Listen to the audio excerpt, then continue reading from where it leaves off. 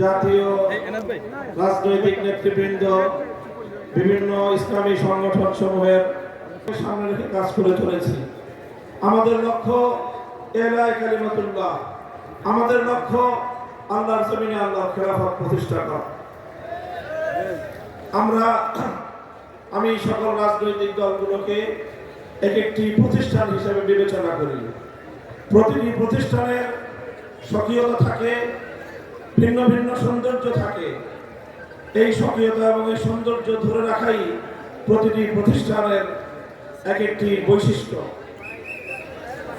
ভিন্ন ভিন্ন প্রতিষ্ঠানের স্বকীয়তা এবং তার ভিন্নতা, তার সৌন্দর্য, এটা কখনোই বিরোধের কারণ হতে পারে না।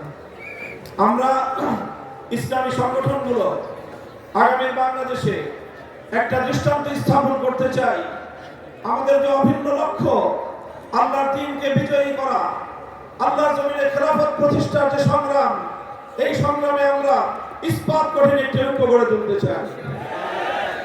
আমরা নেতৃবৃন্দ ইতিমধ্যেই আমাদের মধ্যকার অতীতের অনেক তিক্ততাকে আমরা পিছনে ফেলে বাংলার বর্তমানে বাস্তবতাকে সামনে রেখে, জাতির চাহিদাকে সামনে রেখে আমরা ঐক্যের ভিত তৈরি করেছি। আমি আজকে এই বিশাল সমাবেশকে লক্ষ্য করে জিজ্ঞাসা করতে চাই, জাতীয় নেতৃবৃন্দ যদি ইসলাম প্রতিষ্ঠার সংগ্রামকে সামনের দিকে অগ্রসর করবার জন্য ঐক্যবদ্ধ কোনো কর্মসূচির ঘোষণা করে, টেকনাফ থেকে তেতুলিয়া আপনারা সকল ভেদাভেদ ভুলে গিয়ে কাঁধে কাঁধ মিলিয়ে রাজপথে একসঙ্গে ভূমিকা পালন করার জন্য প্রস্তুত থাকবেন কিনা? আল্লাহ আপনাদেরকে তৌফিক দান করুন। সেই সঙ্গে আমি দ্বিতীয় যে বার্তা দিতে চাই, ইসলামের যে অনন্যতা এবং ইসলামের যে অন্যতম বৈশিষ্ট্য, সেটি হলো ধারাবাহিকভাবে পর্যায়ক্রমিকভাবে দ্বীনকে কায়েম করবার একটি অব্যাহত কর্মসূচিকে গ্রহণ করা। আল্লাহ রাসূল সাল্লাল্লাহু আলাইহি ওয়াসাল্লাম একদিন এই খেলাফত কায়েম করেননি। প্রথমে মদিনা সনদের মাধ্যমে মদিনার একটি সম্মিলিত রাষ্ট্র গঠন করেছেন।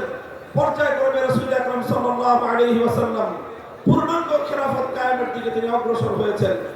আজকের পৃথিবীর বাস্তবতায় বর্তমান বাংলাদেশে আমাদেরকে সেই পর্যায়ক্রমিক ধাপগুলো অনুসরণ করতে হবে।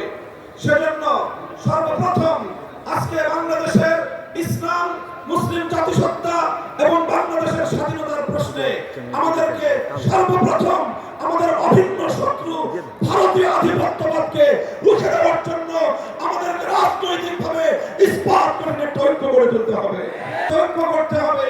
সেখানে যেভাবে আমাদের ইসলামপন্থীদের বলিষ্ঠ ভূমিকা থাকতে হবে, ঠিক তেমনি ভাবে জাতীয়তাবাদী সহ দেশপ্রেমিক সকল শক্তিকে ঐক্যবদ্ধ করে এই আধিপত্যবাদকে আমাদেরকে রুখতে হবে।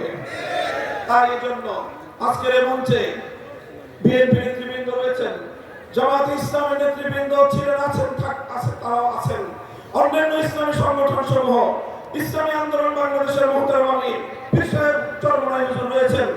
আমি সকলকে উদাত্ত আহ্বান জানাতে চাই, ফ্যাসিবাদ এবং তার দোসরদেরকে বাংলাদেশের রাজনীতিতে পুনর্বাসন ঠেকানোর জন্য আমাদের গড়ে ওঠা ইস্পাত কঠিন রাজপথের ঐক্য ধরে রাখতে হবে। বিএনপি এবং জামাতকে বিশেষভাবে বলতে চাই, আপনাদের দুই দলের যে কোনো কারণে যদি এই ঐক্যের মধ্যে কোনো ফাটল তৈরি হয়, জাতির কাছে